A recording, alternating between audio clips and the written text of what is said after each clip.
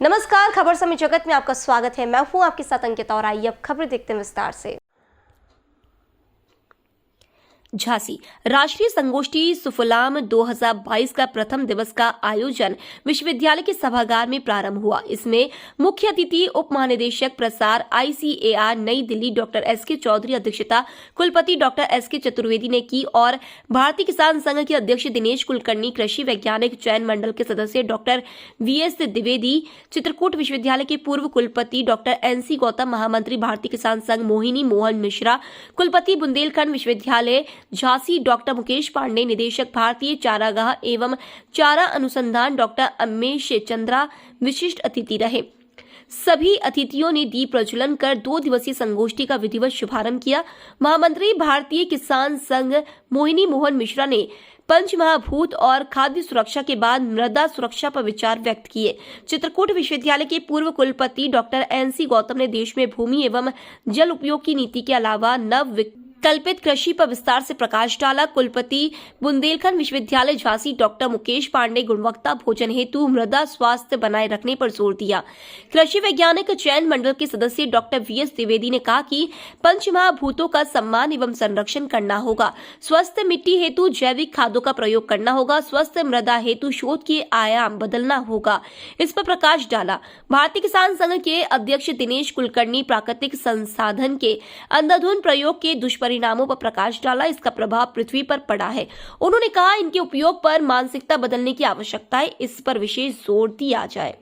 पूरे देश भर में ही पंचमहाभूत इस विषय को लेकर 5 मुख्य संगोष्ठियां हो रही है।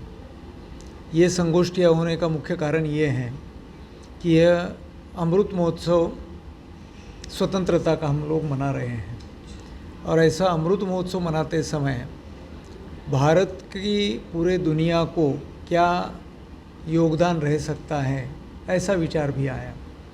और ऐसे में जब पूरे देश दुनिया का विचार आया तो उसमें अनेक प्रकार की समस्याएं सामने दिखाई दे रही, जिसका आज हम सामना कर रहे हैं। जैसे कि जलवायु परिवर्तन से लेकर तो जियोपॉलिटिक्स जैसी समस्याएं भी बहुत सारी हमारे सामने बहुत तेज़ी से उभर कर आ रही है। ऐसे में इन सबका अगर योग्य प्रकार का निदान करना है तो वो निदान हम अपने भारतीय विचारों के आधार पर किस प्रकार से कर सकते हैं कि जिसके कारण से देश ही नहीं तो विश्व को भी एक सहजता से इन सब का उत्तर मिल जाए। तो इसका विचार करते समय बात ध्यान में ये आती है कि हमारी पूरी सृष्टि ही पंच तत्वों से बनी है और इन पंच तत्वों का असंतुलन होने के कारण ही ये सब प्रकार की समस्याएं खड़ी रहती। जैसे कि मनुष्य के शरीर में भी अगर वात कफ पित्त इनका असंतुलन हो जाता है तो मनुष्य बीमार हो जाता है। उसी प्रकार से आज दुनिया में जो मानवीय प्रवृत्ति है उसके कारण इन 5 तत्वों का असंतुलन हो चुका है। मनुष्य ने केवल अपने उपभोग के लिए ही आकाश, वायु, जल, अग्नि, पृथ्वी इन तत्वों का अंधाधुंध शोषण किया है और इसी के चलते ये सब प्रकार की समस्याएं निर्माण हो रही है। तो इनका उत्तर ढूंढना है तो इसके ऊपर एक गहन चिंतन मंथन होते हुए हमको आगे बढ़ना पड़ेगा।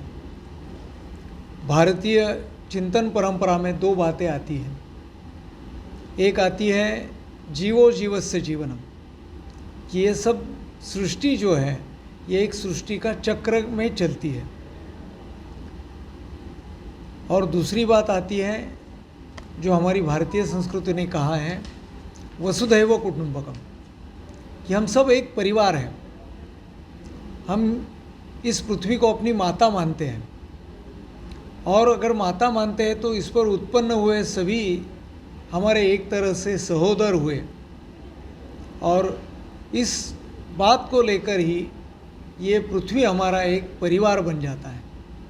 और जब तक हम इन दोनों बातों का संतुलन नहीं बिठाएंगे, इन दोनों बातों को नहीं अपनाएंगे, तब तक पंच महाभूतों का संतुलन बैठना भी कठिन है। महात्मा गांधी जी ने भी कहा था कि इस धरती पर जितने भी संसाधन हैं, इन संसाधनों से धरती पर के सबकी आवश्यकता पूरी हो सकती है, किंतु अगर किसी एक व्यक्ति की लालच है तो वो लालच के लिए ये पृथ्वी पर्याप्त नहीं है। इन्हीं बातों को समाज के सामने ले जाने का एक प्रयास इस प्रकार के संगोष्ठी के माध्यम से चल रहा है। पूरे देश भर में इस प्रकार की संगोष्ठियों का आयोजन किया जा रहा है, जिसके माध्यम से समाज का जन जागरण हो और समाज अपने स्तर पर भी कुछ इस पंच महाभूतों का संतुलन करने की दृष्टि से प्रयास करे और दुनिया को भी इसमें से कुछ रास्ता दिखाई दे। इन्हीं विचारों को लेकर इन संगोष्ठियों की योजना पूरे देश भर में हुई है। तो ये क्या भारतीय किसान संघ कर रहा है? ये केवल भारतीय किसान संघ नहीं है, इसमें भारतीय किसान संघ के साथ में कुछ प्रमुख संस्थाएं जुड़ी हुई है, जिसमें भौरव देवरस न्यास जो BHU में इस संगोष्ठी की जो मुख्य संगोष्ठी है उसका आयोजन करेगा। उसके साथ में पर्यावरण गतिविधि, ग्राम विकास के लोग, साथ में ही अक्षय कृषि परिवार, ऐसे भूमि के विषय को लेकर कर रहे हैं।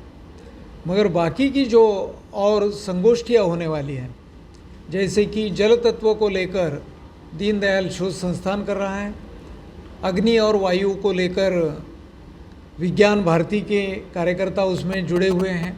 तो ऐसे अलग अलग विषयों पर ये सब लोग मिलकर कार्यक्रम कर रहे हैं।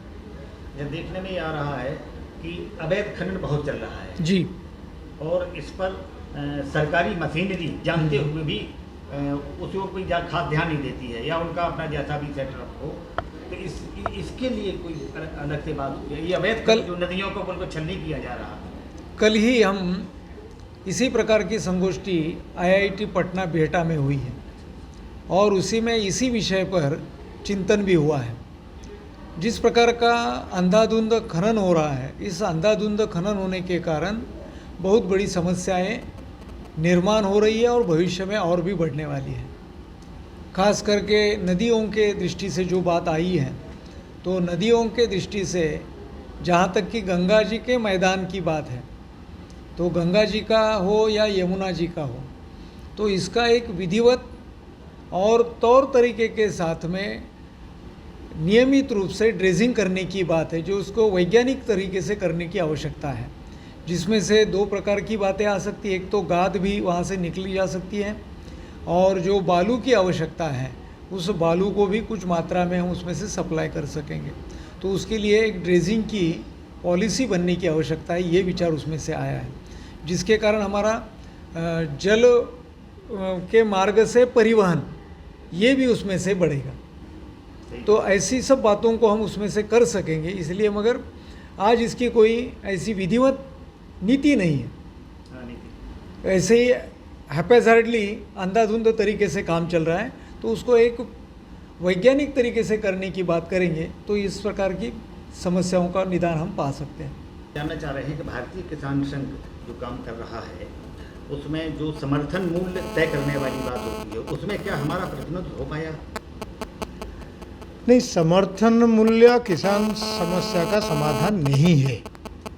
यद्यपि सरकार दे रहा है 25 फसलों का मिला जुला के, उसमें किसानों का समस्या नहीं है। हज़ारों की संख्या में खेती देश में हो रहा है, इसलिए हम चाहते हैं कि कोई व्यवस्था बने, किसानों को लाभकारी मूल्य मिले, समर्थन मूल्य नहीं, लाभकारी मूल्य मिले। उसके लिए हम लड़ाई झगड़ा जो करना है, नीतियों में बदल करना है, वो सारी विषय पर हम प्रयास रहते हैं। सरकार भिन्न भिन्न राज्य सरकार के साथ बात भी कर रहे हैं, केंद्र सरकार के साथ भी बात कर रहे हैं।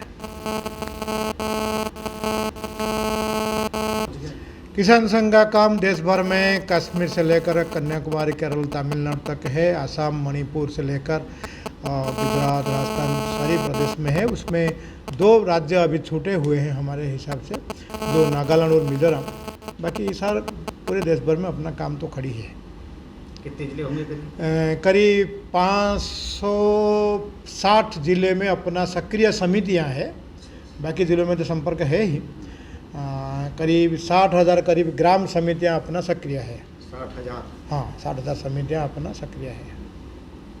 जब प्रभावी किस प्रदेश में है भारतीय? नहीं, प्रभाव तो हर प्रदेश में अलग अलग प्रकार का है। किसानों का सरकार के साथ लड़ाई, जो अपने समस्या को लेकर लड़ाई झगड़ा में के बारे में, मीडिया के बारे में, प्रशासन के बारे में, हर प्रदेश में किसी न किसी रूप में प्रभावी हम लोग है, क्योंकि देश भर का संगठन है और किसान का समस्या ज़्यादातर पर स्थानीय स्तर पर है, इसलिए उसी हिसाब से हर राज्य में हम प्रभावी है। प्रभावी नहीं है ऐसा नहीं है।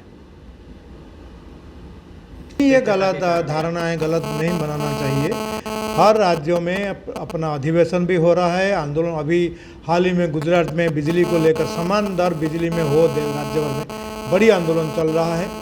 राजस्थान में भी चल रहा है, पानी में जो नुकसान हुआ है ज़्यादा बारिश के कारण, उसके बारे में भी अपना आंदोलन चल रहा है कि हर प्रदेश में अपने सरकार किसी का भी रहे अपना आंदोलन चल रहा है और मांग लेकर चल रहे हैं। प्रशिक्षण भी चल रहा है, अधिवेशन चल रहा है, अभी देश भर में हमारा प्रशिक्षण और अभ्यास वर्ग भी चल रहा है।